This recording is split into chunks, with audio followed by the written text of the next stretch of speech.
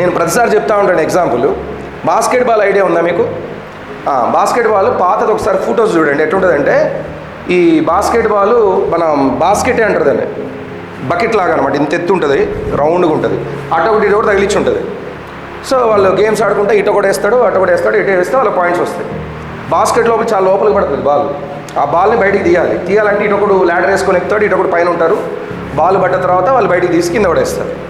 తర్వాత ఇదంతా చికాకు అవుతుంది అని చెప్పి ఒక మంచి ఆలోచన వచ్చింది, అప్గ్రేడ్ చేద్దాం నేనని చెప్పి ఈ మ్యాచ్కి దీనికి హోల్ పెడదామని హోల్ పెట్టిండు.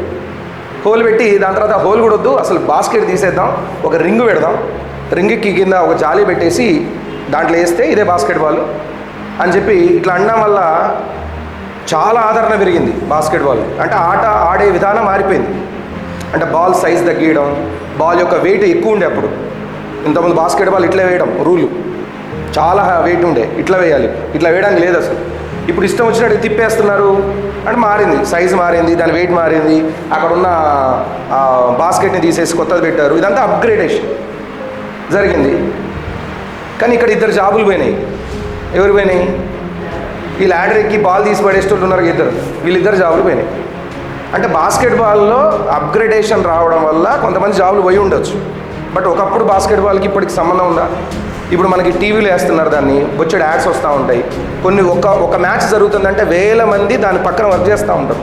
ఒక మ్యాచ్కి వేల మంది వర్క్ చేస్తూ ఉంటారు. ఇంటర్నల్గా మనకు కనపడరు వాళ్ళు, వేల మంది వర్క్ చేస్తూ ఉంటారు. కెమెరామెన్స్ ఉంటారు, వాళ్ళకి డైరెక్టర్స్ ఉంటారు. యాడ్స్ టీవీలో వస్తాయి, టీవీలో యాడ్స్ వచ్చినట్టే టీవీ రన్ చేసేవాడికి మళ్ళీ జాబ్ దొరికినట్టే కదా. యాడ్స్ క్రియేషన్ చేయాలంటే మళ్ళీ డైరెక్టరు, వాళ్ళ యాక్టర్స్, వాళ్ళందరికీ మళ్ళీ జాబ్ దొరికినట్టే కదా.